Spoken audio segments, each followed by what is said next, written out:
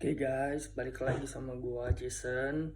Dan sekarang tuh hari ini gua bakal ngejelasin tentang virus corona. Nah, emang virus corona ini tuh kan awalnya tuh kan berasalnya dari China. Dan emang belum sampai kayak sekarang banget lah, sampai hampir seluruh dunia, mungkin seluruh dunia sudah kena gitu, dampak bukan dampak, penyakit corona ini. Memang virus corona ini itu sangat cepat gitu, penyebarannya itu. Bisa dihitung 1 sampai 2 bulan lah dari China itu menyebar ke seluruhnya. Oke, pertama-tama gua tuh bakal ngejelasin tentang apa itu virus corona. Virus corona atau Severe Acute Respiratory Syndrome Coronavirus adalah virus yang menyerang sistem pernafasan. Penyakit karena infeksi virus ini disebut COVID-19.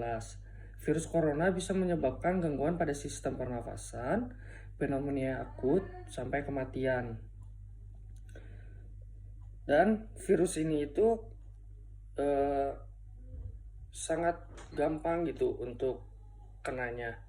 Yang pertama itu paling bahaya rentan kenanya itu adalah orang tua, atau bisa disebut lanjut usia. Tapi bayi, anak-anak, dewasa, lansia, dan yang lain-lain itu tidak menutup kemungkinan untuk bisa kena virus corona ini.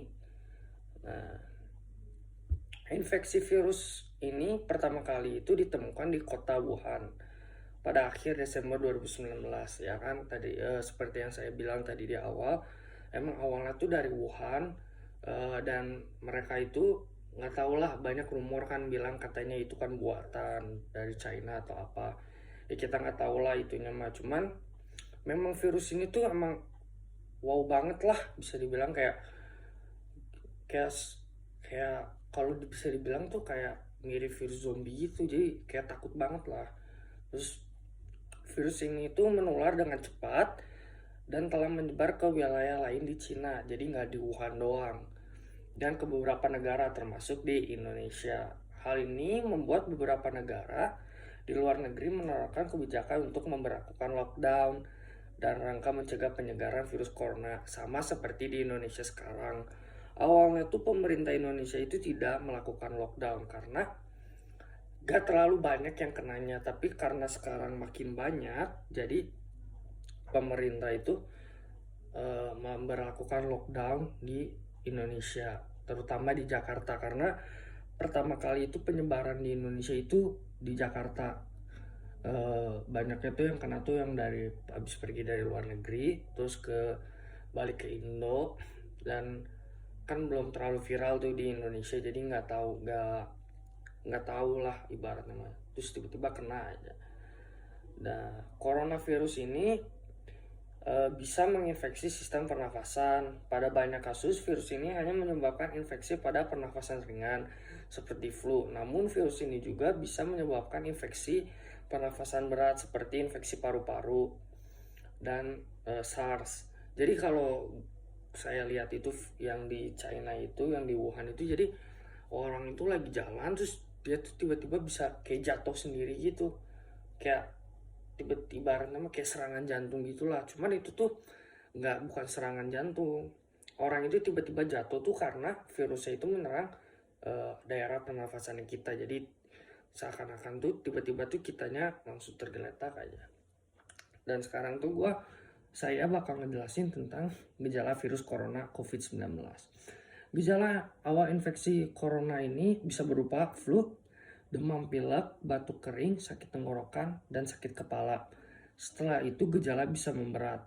Pasien tiba-tiba mengalami demam tinggi, batuk berdahak, bahkan berdarah, sesak nafas, dan nyeri dada.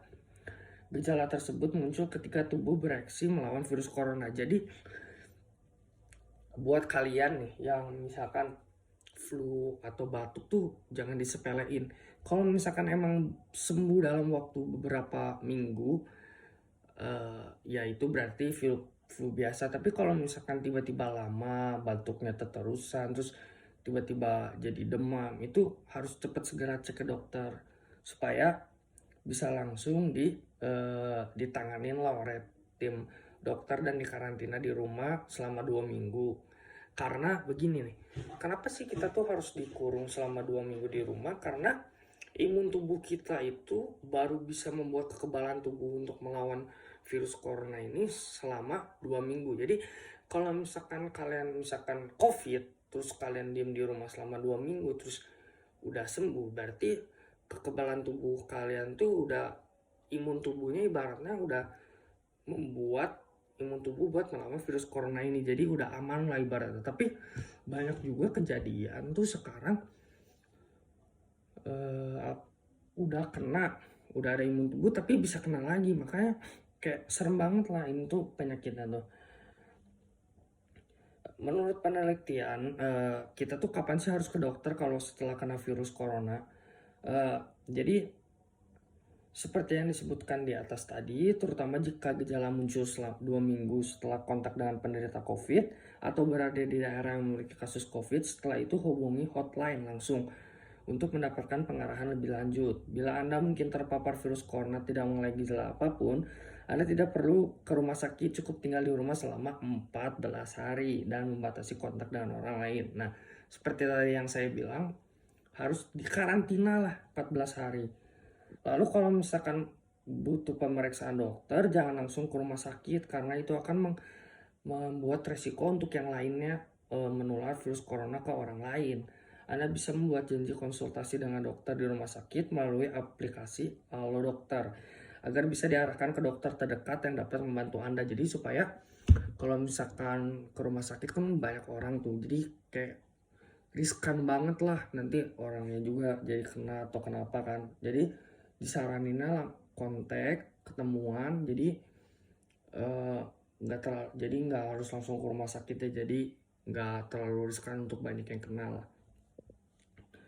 Penyebab virus corona ini yaitu disebabkannya tuh karena kelompok virus yang infeksi pernafasan. Pada sebagian besar kasus ini pernafasan ringan.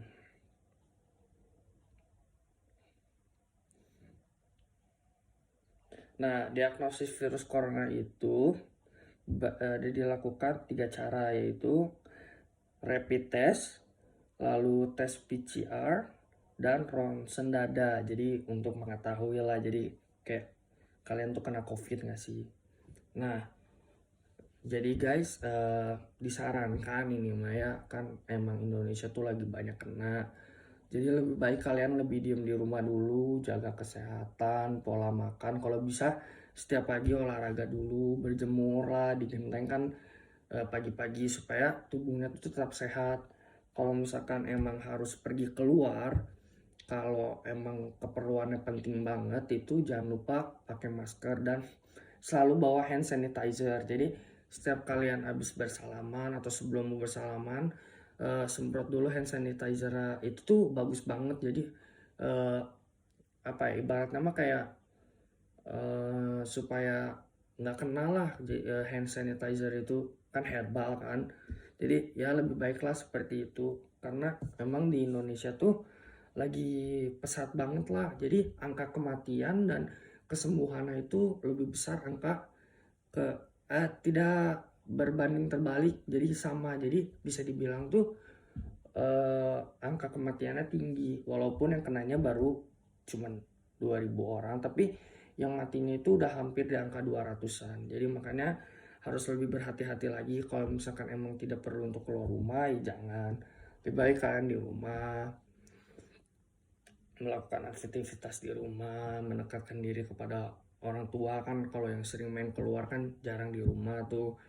Terus lebih dekat lagi dengan Tuhan, berdoa, minta pertolongan supaya cepat pulih ini Indonesianya, supaya ya masa-masa ini bisa cepat berlalu lah, jadi kita bisa beraktivitas lagi seperti biasa, bisa bisa ketemu teman-teman lagi, semuanya bisa ketemu orang terdekat kalian yang mungkin emang karena corona ini jadi kalian harus gak bisa pergi-pergi dulu. Jadi ya semuanya juga kan buat kebaikan kita, supaya kitanya juga aman, tentram, supaya pemerintah juga nggak terlalu pusing lah. Jadi kan capek tuh tim medisnya, jadi kita tuh harus juga mendukung pemerintah kita supaya bisa cepat pulih lah Indonesianya. Oke guys, Ya, jadi segitu aja dari gua yang bisa gua sampaikan tentang coronavirus ini. Oke guys, terima kasih.